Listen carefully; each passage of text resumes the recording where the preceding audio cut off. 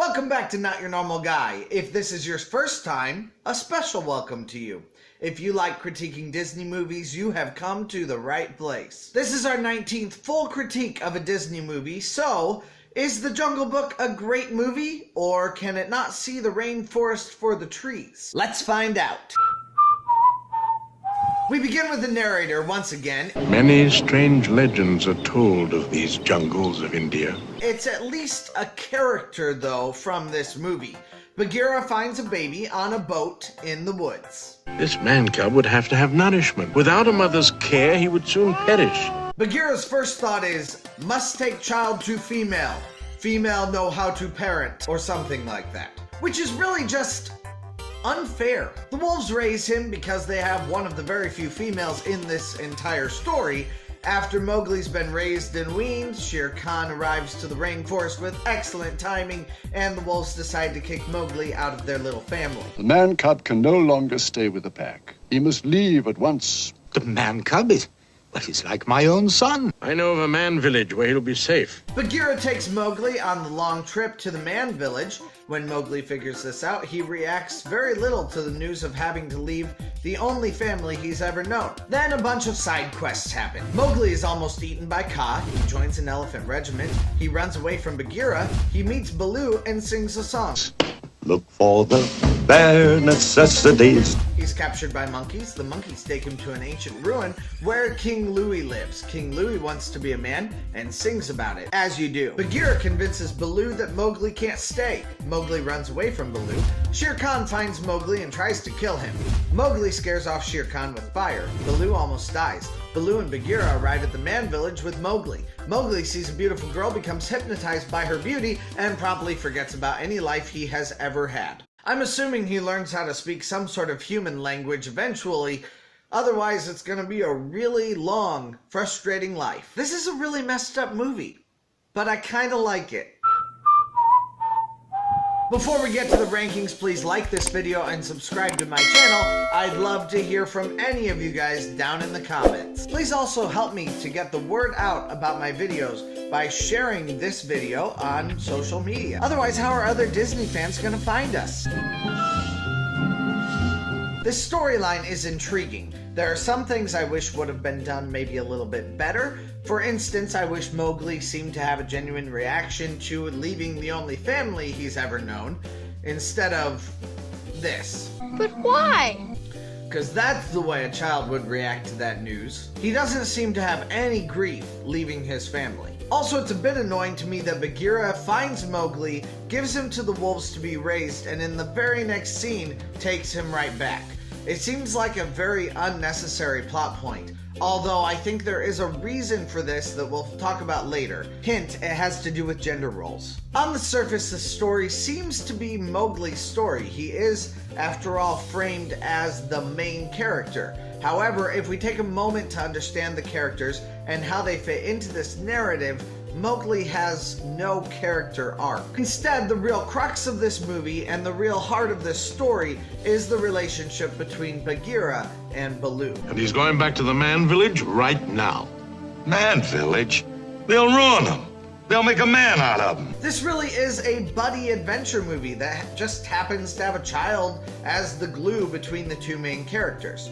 We'll get into that later also. Regardless of the type of story The Jungle Book tells, I was very interested in it throughout. It has some problems as a narrative tale, but it's a worthwhile adventure. I give The Jungle Book 7th place for storyline out of the 19 movies reviewed so far. Music in this movie is fun and jazzy, and the more I listen to it, the more I like it. It pushes the narrative forward, it uses some unique atmosphere pieces to make the songs come to life, and it is strangely contemporary. About the only thing I don't like is Baloo's singing voice. Wherever I roam. He sings all of his songs, and that wouldn't be such a big issue if I didn't know that I was going to have to sit through it again and again and again over the next couple weeks and the next several movies. I give The Jungle Book 9th place out of 19 movies so far for music. After The Sword in the Stone's awful animation, I thought we were surely headed for some more duds. And this animation is similar to some degree, but it looks like they tried to do something a little bit different in animation for this movie. The backgrounds get more out of focus the further away from the audience they are. This allows us as the viewing audience to focus better on the foreground characters, which I really like. The blending of the background with the foreground suffers a little bit in this translation. Both are fine in style of their own, but when you put them both together, it seems as though the backgrounds have a great deal more detail than the foregrounds. It's not a terrible mixture, but it's no Bambi or Lady in the Tramp. I give The Jungle Book 9th place for animation overall. This movie is interesting as I look deeper into it because Mowgli seems as though he is the main character. He is the person around which the story revolves. However, he is not given much of a story arc.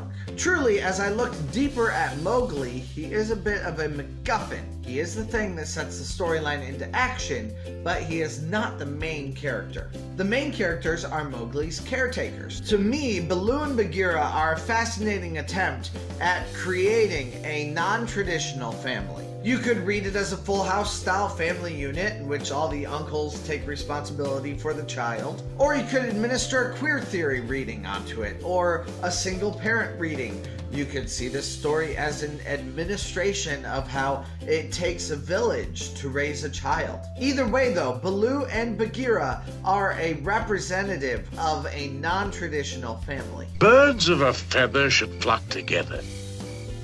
You wouldn't marry a panther, would you? I don't know. Come to think of it, no panther ever asked me. Making things even more interesting is that both Baloo and Bagheera are given very clear stereotypical mother and father traits at different times. Now, I want to make clear that those traits I speak of are simply the stereotypical traits that were commonly perceived in the 1960s for mothers and fathers. This is not meant at all to be a treatise on parental roles. Baloo is funny, laid back, and wants Mowgli to discover the world for himself.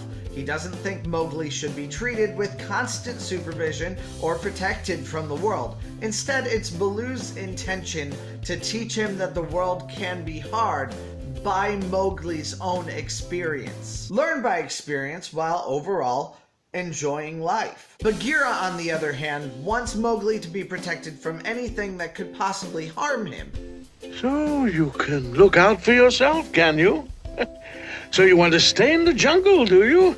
He wants to take him to shelter where he can avoid danger. He wants to keep a close eye on Mowgli and has kept watch on him ever since he was a small man cub.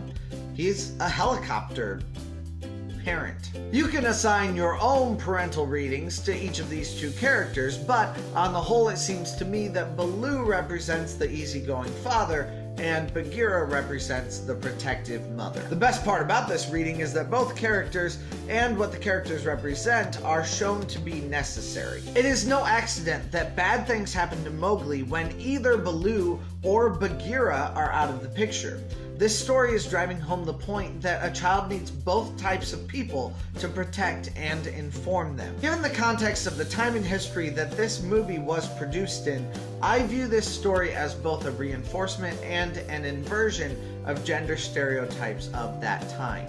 Outside of those three, we have a couple of other secondary characters, Kaa the Snake and Shere Khan. I feel like there are layers to this movie, and that is something I look for with any movie, but especially with these Disney movies as I review them one by one. I give The Jungle Book 7th place out of 19 movies so far for character.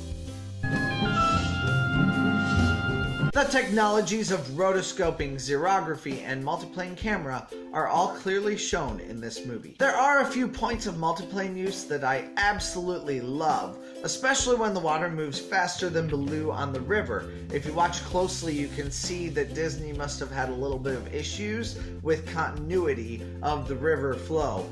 But I loved it that they tried something new with this effect. However, other than some pretty normal technology though, this movie doesn't do a whole lot that is new. I give The Jungle Book 10th place for technology. The very beginning of this movie always bugged me. Why does Bagheera find Mowgli, take him to a family of wolves, and then in the very next scene they give him back to Bagheera? And it occurred to me. A family of wolves I knew had been blessed with a litter of cubs. Oh, I knew there'd be no problem with the mother, thanks to the maternal instinct. The Disney company simply believed that its audience, firmly planted in the 60s, needed to have a nurturing mother involved in the raising of this child. They couldn't just have Bagheera raise the man cub. If they had Bagheera just raise him, there would be no mother. And if there was no mother, this child would surely not survive, and we would not have a story. Or so the popular belief would have gone in the 60s. Often a mother and a father fill that role very perfectly. Stereotypically, women are a bit more protective and men are a bit more experiential, rub some dirt in it, son, that kind of thing. I think God made a family unit for a reason. I think he knew we needed two different types of people in raising children. I believe he designed the traditional family unit for this reason ultimately. But I am not speaking against non-traditional families in saying that. I am a non-traditional parent, and because of that, I am a part of a non-traditional family. I have a mother to raise my child, but I do not have her with me anymore due to divorce. This does cause its own set of issues, but I think anyone who will love a child unconditionally in a world where there are thousands of children who do not have parents is commendable. Even saying so though, I think it is good when two people balance each other out in the raising of children. You may want the child to run and scrape their knee and learn by playing, but I may want to lessen the risk of the child overall of getting hurt seriously. And that tension is a good thing. People balance each other out because people are good at seeing other people's flaws. This is why we need community. We need more than one person to help raise a child because we all have weaknesses. If you feel you have the right way, but your husband or wife has the wrong way, you are probably the one who's wrong. Except in the case of physical abuse. That's definitely an exception to this rule. A child needs a family and needs that family to be humble enough to view another way of child rearing as right. Parents are best when they are humble leaders. At the very least, this movie shows us what humble leadership, compromise, and learning to understand each other looks like. We see Baloo and Bagheera do that very thing throughout the course of this movie. Look for the bare necessities, the simple bare necessities. Forget about your worries and your strife. I mean the bare necessities from Mother Nature's recipes that bring the bare necessities of life. And for all its flaws, I really enjoyed The Jungle Book. It was also the last film that Walt Disney worked on specifically with his own hands, and that's probably a reason to give it a second look in and of itself. I'm happy to have watched it again, and I enjoyed it thoroughly. I certainly don't think it's Disney's best movie, especially animated feature, but it's a good one and it can be enjoyed and analyzed on many different levels. I only included one of those levels in this review. Overall, I give The Jungle Book 7th place out of 19 movies reviewed so far. Thank you for joining today. Like, subscribe, and comment, and I'll see you again next week on Tuesday.